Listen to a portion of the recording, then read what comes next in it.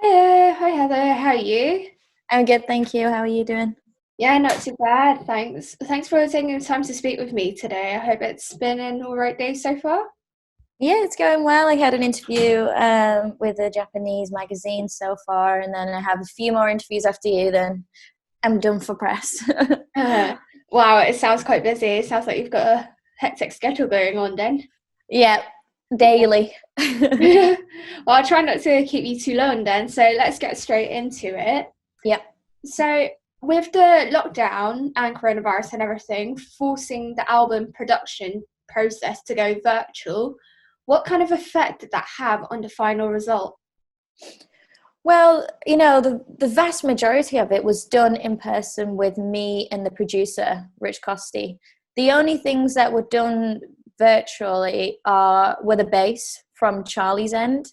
So Charlie was recording his bass lines in Stoke in the UK, and then we were back in LA. So we were receiving them. I think it's pretty cool because it's a cool story, but it didn't actually set us back that much. The pandemic as a whole set us back because for the first for like 2/2.5 months we were kind of in this middle ground of wondering if it's safe to actually go into the studio to continue to work. Hmm. Yeah, and I remember hearing you mention that in a previous interview that all of the COVID precautions kind of took all of the art and fun out of making a record. So, did it have any other repercussions on your creative process? uh, if anything, it made me think about things less because I knew that we were in a rush to get the record finished, Hmm. and I knew that the producer was pretty uncomfortable with the circumstance of the pandemic, etc. So I couldn't sit there for half an hour contemplating if a guitar tone is right or not. Yeah. And was it quite helpful for you to be able to go into this mindset like, okay, I don't have that much time to mull over everything then? Yeah, pretty much. I think it was interesting because I didn't have time to even second guess myself, which I know a lot of writers do, especially in the recording process. Mhm. So, at least I can take a positive from that. It is what it is. Yeah, no, it is what it is indeed. And do you think that this has kind of shifted your approach to how you might go into making album and songwriting in the future? Possibly, yeah. Try not to think about things as much as I tend to do. Hmm. Yeah, and with this new album, you're focusing a lot on themes of self-discovery. So I was wondering what are the things that kind of help you gain the self-confidence? Just growing up, really, having, to the gap that I had between the first album and the second album was, a significant amount of time. Maybe like, I think it was possibly 3 years since we wrote the first album anyway.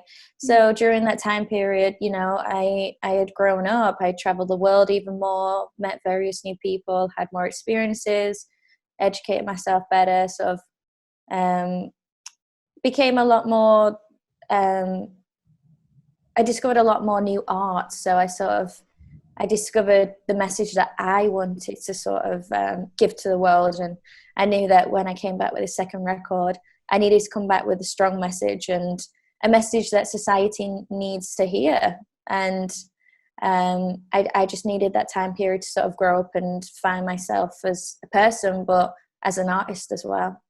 Hmm.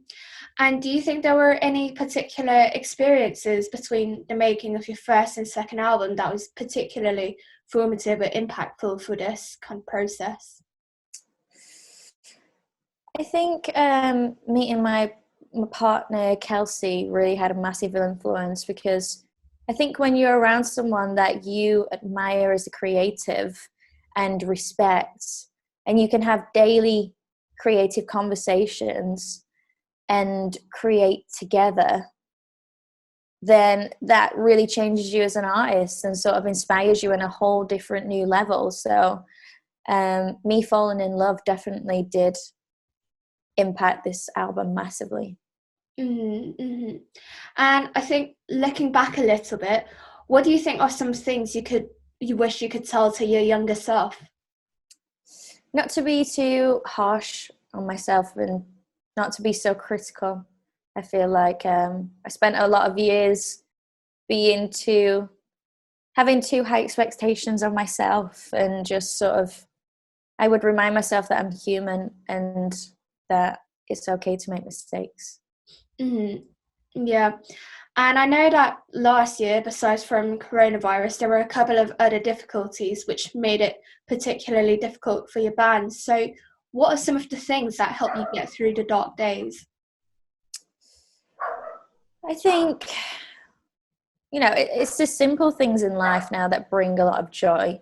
I think this pandemic has really highlighted that. So for me, I really found a new love for yoga and meditation, and I enjoy reading a lot, whereas prior to the pandemic, I didn't sort of indulge or even recognize those things. So I think the pandemic for a lot of people has highlighted finding joy in smaller things rather than, huge things. Mm-hmm. What have you kind of rediscovered the joy of then, if anything? Rediscovered the joy. I think of having actual time for myself. Mm-hmm. Prior to the pandemic, I feel like I was constantly on tour, playing Mm-hmm. a show basically every night. And it was hard to sort of have alone time, being on tour with 14, 15 people. You don't get a lot of alone time. You wake up with them, you go to sleep with them, you're in a dressing room with them. It's a constant, you're in an environment where you're constantly around people. So it's difficult to get alone time and to have time to reflect. So I think that was really important for me to allow myself to have that time. Mm-hmm.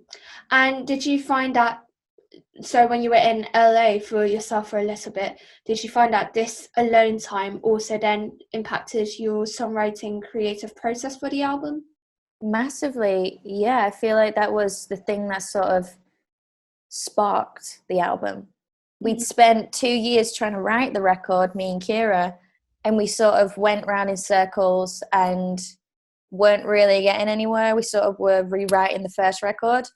Mm-hmm. So having creative space from one another, and me having time to reflect and work on what I wanted to write for the second record, allowed me to sort of fall back in love with music again, Mm-hmm. because I spent all that time trying to write this record, and it was sort of making me fall out of love with music because I wasn't writing anything that I was proud of or excited about. And then all of a sudden I had the record within 2 months. It was done.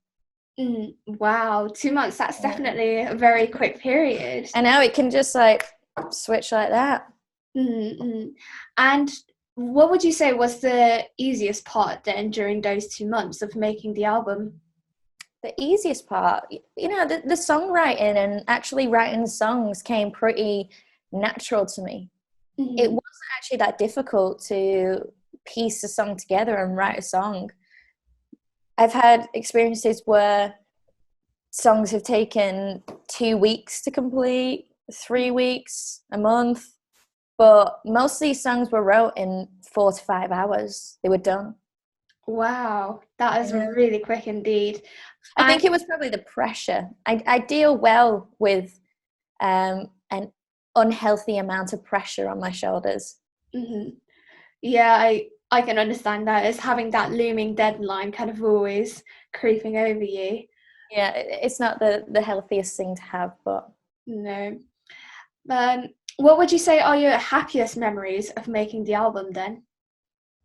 of recording the album, or do you mean even writing the album as a whole process? Just writing the album as a whole process, I guess.